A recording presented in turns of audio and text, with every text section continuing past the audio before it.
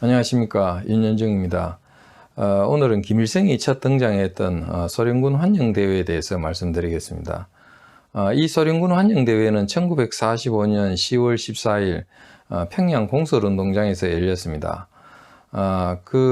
이 행사를 조만식 위원장으로 있는 평안남도 인민정치위원회가 주최한 것으로 되어 있습니다. 그러나 실제적으로는 소련군이 하나에서 열까지 모든 것을 준비하고 진행을 했습니다. 또 이 행사의 목적도 소련군을 환영한다고 하지만 이미 소련군이 북한에 온 지 오래됐는데 그런 의미는 아니고 김일성을 띄우기 위한, 김일성을 북한 주민에게 민족 영웅으로 소개하기 위한 그런 자리였습니다. 김일성은 9월 19일 날 원산으로 입항해서 약 한 달이 안 된 기간에 어느 정도 준비가 됐다고 보고 소련군이 공개하기로 한 것입니다. 소련군은 이 행사를 위해서 준비를 많이 했습니다.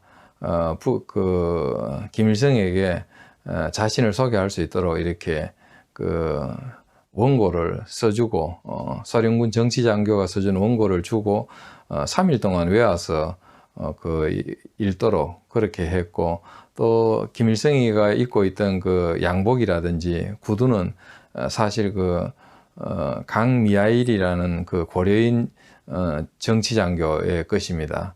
그리고 가슴에 단 훈장은 소련군의 것인데 사실 소련군은 만류를 했습니다.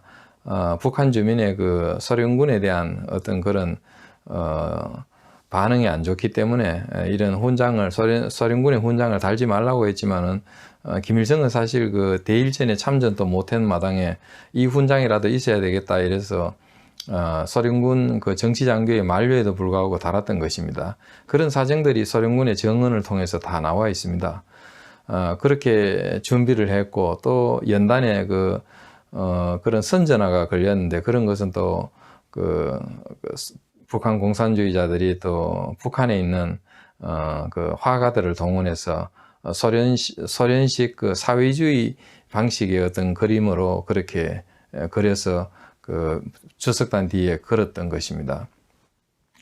이 자리에서 여러분들 사진들을 많이 봐서 알겠지만은 사진에 보면은 소련군 장성들, 점령군 사령관인 치스자코 부중장을 비롯해서 정치부사령관인 레베데프, 또 민정부사령관인 로마넨코, 이런 인물들의 얼굴을 볼 수 있고, 또 조만식의 얼굴도 볼 수 있고, 김일성의 모습도 당연히 있었습니다.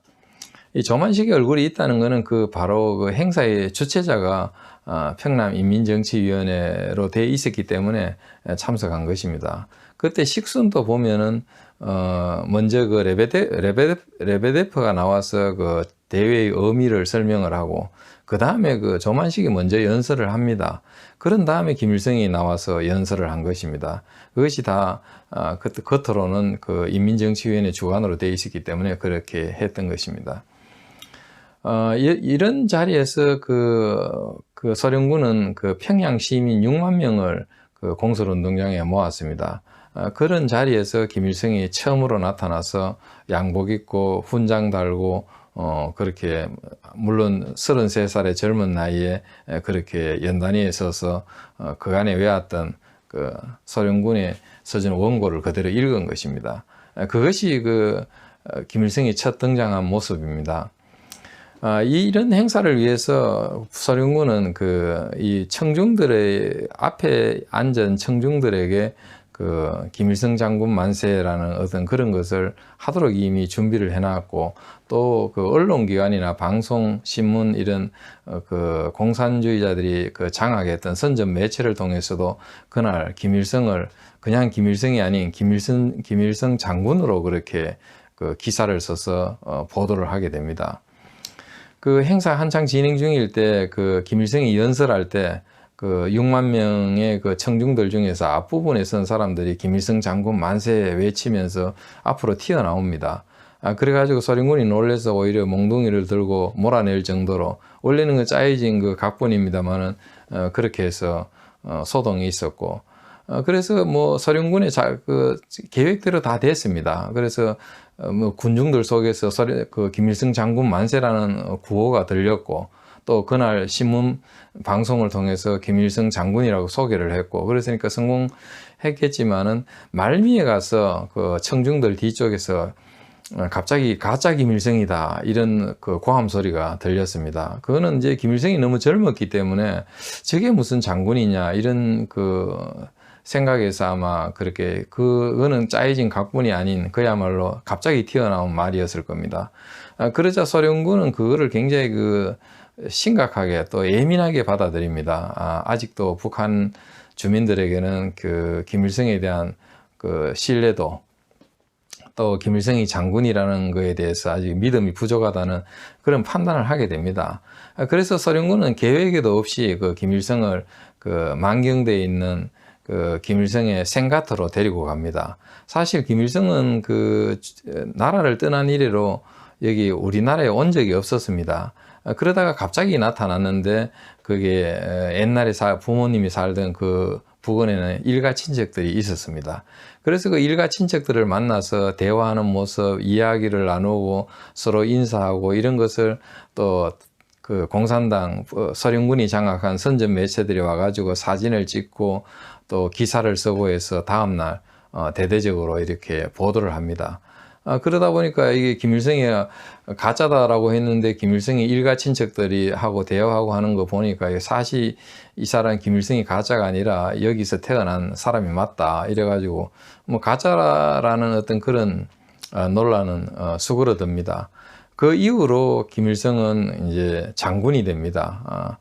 그 10월 14일 이후로 정확하게 그 이후로 김일성 장군이라 불려지고, 소련군은 그런 것을 그 계기로 해서 그 방송에다가 방송이 끝날 때마다 김일성 장군의 노래라는 것을 틀게 했습니다.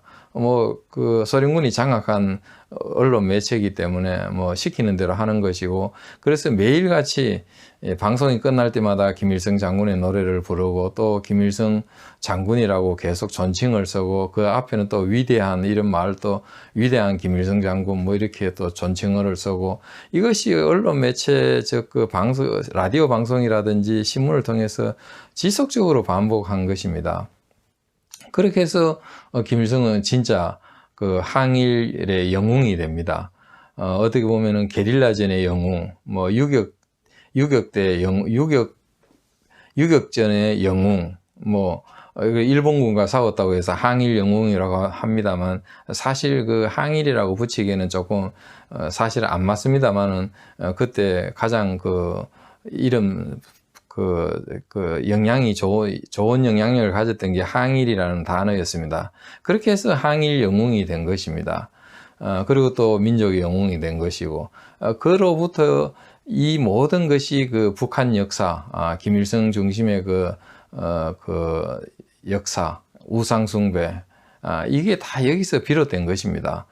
그렇게 해서 소련군이 그렇게 우상숭배하도록 만들고, 또 여러분 아시지 않습니까? 북한에는 그 이후로 그 주요 그 관공서라든지 또 역전이나 이런 그 공공 집합 장소에는 항상 그 스탈린과 김일성 사진이 같이 병렬해서 걸렸습니다. 이게 김일성이 스탈린과 사실은 그 비교할 수 없는 그런 상대인데, 김일성을 띄워주기 위해서 김일성 사진 옆에 스탈린의 사진을 같이 내걸었던 것입니다. 그렇게 해서 김일성이 졸지에 스탈린과 같은 격이 될 정도로 이렇게 올라가니까 김일성 우상숭배가 되는 것이죠.